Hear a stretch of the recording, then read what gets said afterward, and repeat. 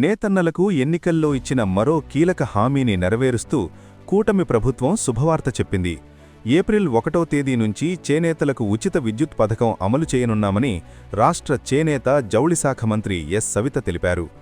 April 1వ తేదీ నుంచి మగ్గాలకు 200 యూనిట్లు, మరమగ్గాలకు 500 యూనిట్లను ఉచితంగా అందజేయనున్నట్లు వెల్లడించారు.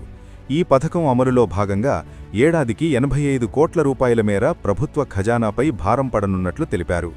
అమరావతిలోని రాష్ట్ర సచివాలయంలో నిర్వహించిన విలేకరుల సమావేశంలో ఆమె మాట్లాడుతూ, ఆనాడు అన్న ఎన్టీఆర్, నేడు సీఎం చంద్రబాబు నాయుడు నేతన్నలకు కొండంత అండగా ఉంటున్నారన్నారు.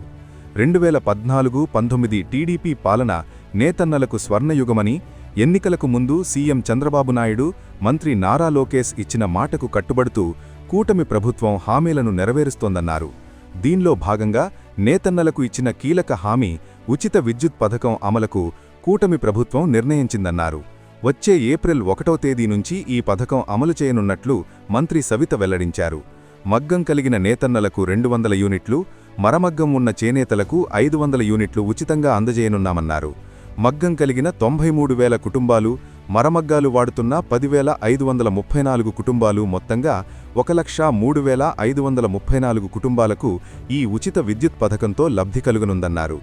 ఈ పథకం అమలుతో ప్రభుత్వంపై ఏడాదికి 85 కోట్లకు పైగా భారం పడనున్నట్లు వెల్లడించారు. మగ్గం వాడే నేతన్నకు నెలకు సరాసరి 720 రూపాయల చొప్పున ఏడాదికి 8,640 రూపాయల దాకా ఆదా కానున్నట్లు తెలిపారు. మరమగ్గం వాడేవారికి నెలకు సరాసరి 1,800 రూపాయల చొప్పున ఏడాదికి 21,600 రూపాయలు ఆర్థికంగా లబ్ధి కలుగుతున్నట్లు వెల్లడించారు.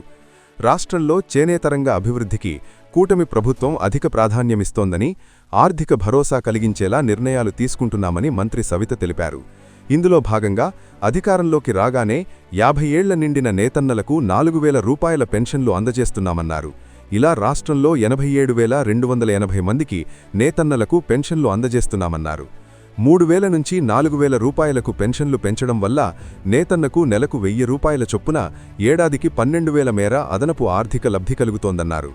గడిచిన 2 నెలల్లో యాప్కో ద్వారా చేనేత సహకార సంఘాలకు 7 కోట్ల రూపాయల మేర బకాయిలు చెల్లించామని, ఈ ఏడాది మొదటి విడత ట్రిఫ్ట్ ఫండ్ నిధుల్లో భాగంగా 1.67 కోట్లు మంజూరు చేశామన్నారు. ఎన్హెచ్ఆర్డీసీ ద్వారా నూలుపై 15% రాయితీ అందజేస్తున్నామని, నేతన్నలకు ఇచ్చే ప్రాసెసింగ్ ఛార్జీలు కూడా పెంచామని మంత్రి సవిత వెల్లడించారు.